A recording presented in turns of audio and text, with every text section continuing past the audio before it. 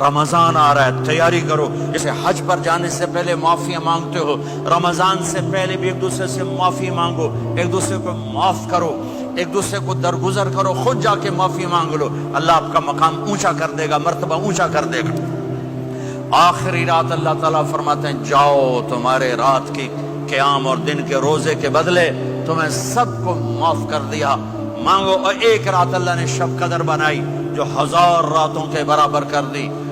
وہ آج آپ کی تو راتیں ہی بڑی چھوٹی ہیں، 5 راتیں جاگ لو، 3 گھنٹے دی بھی نہیں رات ہوندی، تو 5 راتیں جاگ لو، 21 23 25 27 29 ان میں سے ایک رات ضرور شب قدر ہوگی.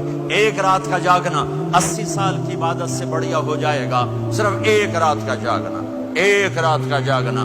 ایک شرط ہے، دل میں بغض نہ ہو، نفرت نہ ہو، حقارت نہ ہو. کسی مسلمان کو حقیر نہ جانو، بلکہ کسی انسان کو حقیر نہ جانو، تو آپ کی بندگی اللہ کی بارگاہ میں پہنچ کر آپ کے مقام کو اونچا کر دیں گی. تو عبادات میں ایک نماز ہے، پھر ایک روزہ ہے، پھر زکوٰۃ اور حج مالدار لوگوں کا فریضہ ہے، غریبوں کا نہیں ہے، متوسط طبقے کا نہیں ہے. تو عبادات کا جو نصاب ہے بڑا مختصر ہے. 5 نمازوں پہ کتنا وقت لگتا ہے؟ روزے سال کے بعد آتے ہیں، گنجائش ہے، بیمار ہو بعد میں رکھ لو، مریض ہو بعد میں رکھ لو. زکوٰۃ سارے سال میں کسی وقت دے دو، حج زندگی میں کب کسی وقت کر لو. یہ ایک چھوٹا سا نصاب ہے. دوسرا میرے نبی کی زندگی کا پہلو جسے میں ہائی لائٹ کرنا چاہتا ہوں، جو نمایاں ہے، جو روشن ہے، وہ میرے نبی کی زندگی ہے، وہ میرے نبی کے اخلاق ہیں، وہ میرے نبی کا درگزر ہے، میرے نبی کا پیغام محبت ہے. میرے نبی نے فرمایا اسلام کا سب سے مضبوط عمل کیا ہے؟ ایو اور الاسلام اوثق. صحابہ نے کہا الصلاۃ، نماز. آپ نے کہا نہیں. جہاد. آپ نے کہا نہیں. روزہ. آپ نے کہا نہیں. حج. آپ نے کہا نہیں. اسلام کا سب سے مضبوط عمل کیا ہے؟ صحابہ. نماز. جی نہیں. جہاد نہیں. روزہ نہیں. حج نہیں. اچھا یا رسول اللہ پھر کیا ہے؟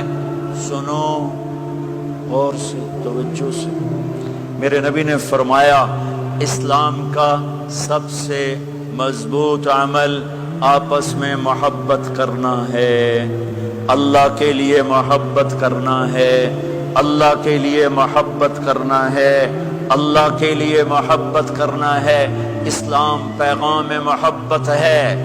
میرے نبی کی زندگی محبت کی پوری تصویر ہے. کسی سے نفرت نہیں، بغض اللہ کے لیے، محبت اللہ کے لیے. یہ اسلام کا سب سے مضبوط عمل ہے. میرے بھائیوں، میری بہنوں، اب دور دراز جگہ میں ہو، اب آپ یہیں کے، جن کے پاس پاسپورٹ ہیں وہ یہیں کے شہری ہیں. یہ آپ کا دیس ہے، یہ آپ کا وطن ہے. اسے محبت سے بھرو. پاکستان کی نفرتیں یہاں نہ زندہ کرو، ہندوستان کی نفرتیں، بنگال کی نفرتیں یہاں مت زندہ کرو. آپس میں امت بن کے رہو، مذہب کے نام پہ مت لڑو. یورپ میں یہ آگ لگی ہوئی ہے. میں بہت عرصے کے بعد آیا ہوں، مجھے نہیں پتا کہ یہاں مذہبی نفرت ہے یا نہیں ہے، لیکن چونکہ یورپ میں بہت دفعہ جانا ہوتا ہے، ہر سال ہوتا ہے، وہاں یہ جھگڑے، نفرتیں، ہماری مسجد تمہاری مسجد، ان کے پیچھے نماز نہیں، ان کے پیچھے نماز نہیں، یہ تو مسلمان ہی نہیں، یہ تو گستاخ رسول ہیں، یہ وہابی ہیں، یہ کافر ہیں.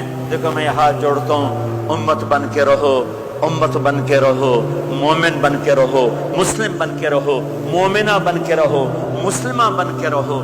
اختلاف رائے کو برداشت کرو. یہاں چاند کے مسئلے میں اختلاف ہوتا ہے، روزے کے ٹائم میں اختلاف ہوتا ہے. علماء سے کہتا ہوں اس اختلاف کو مٹھاؤ، جس میں سہولت ہو سارے وہ لے لو.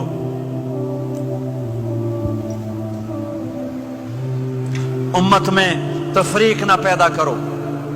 یہ علماء کے سامنے ہاتھ جوڑتا ہوں، جس میں امت کو زیادہ سہولت ہو. ما خیر بین امرین الا اختار ایسرہما.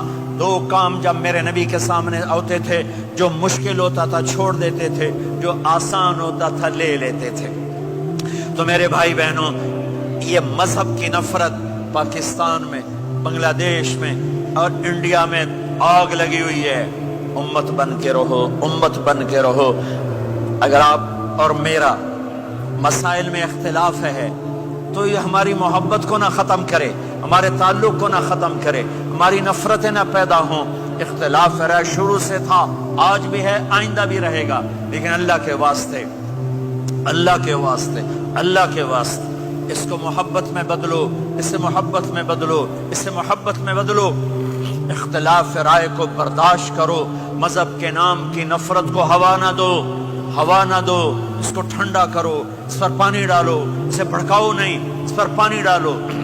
میرے نبی نے عبداللہ بن ابی سے نباہ کر کے دکھا دیا، جو منافقوں کا سردار، باقی منافقوں کا تو کسی کو پتہ نہیں تھا سوائے میرے نبی کے، عبداللہ بن ابی کا منافق ہونا سب کو معلوم تھا، یہ منافق ہے، اور آپ کے پیچھے نمازیں پڑھتا رہا۔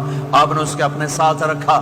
ایک دن آپ پانی پی رہے تھے، عبداللہ بن ابی کے بیٹے عبداللہ پکے صحابی تھے، کہنے لگے یا رسول اللہ تھوڑا پانی تو بچا دیں۔ آپ نے کہا